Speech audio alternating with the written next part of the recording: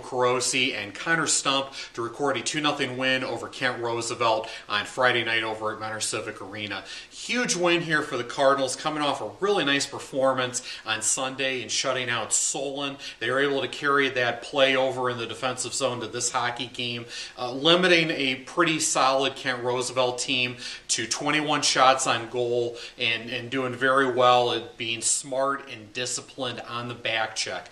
With how smart both teams were playing on the back check, you knew odd man rushes were going to be at a premium in this hockey game.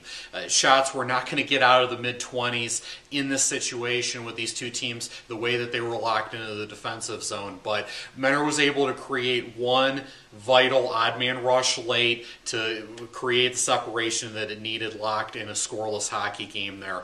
DJ Ochea does very well to dig a puck out from the side boards. He had been very active, fighting for pucks along the boards throughout this game, both in his offensive zone and in the neutral zone. In this instance, he does very well to dig one out from the neutral zone, and Carosi's able to skate in there on a 2-on-1 break.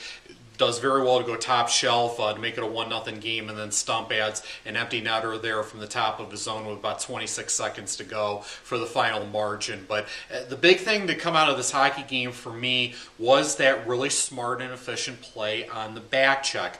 Guys like Mitch Polton and Jack Parrish stepping up and playing very well in that blue line. If we're being honest, over the years, Mentor at times over the last 10+ years has had a little bit of a difficult time in the defensive zone, particularly staying out of the box and staying away from those, those roughing penalties, those ill-advised interference penalties, tripping calls, things that can derail you a little bit, and you have to go on the penalty kill and really keep your penalty kill active. But at times this year, Mentor has done a really nice job of tightening that up, and that was definitely the case on this occasion, and that was very encouraging for me to see that they're locked into the defensive zone, but towing that line very well between just playing smart hockey and taking those ill-advised penalties that can ultimately derail you if you have to go on the penalty kill. So nice win here. Remember, maybe there were some things that didn't go particularly well for Mentor. First period zone breakouts weren't great, but they got more efficient as the game went along.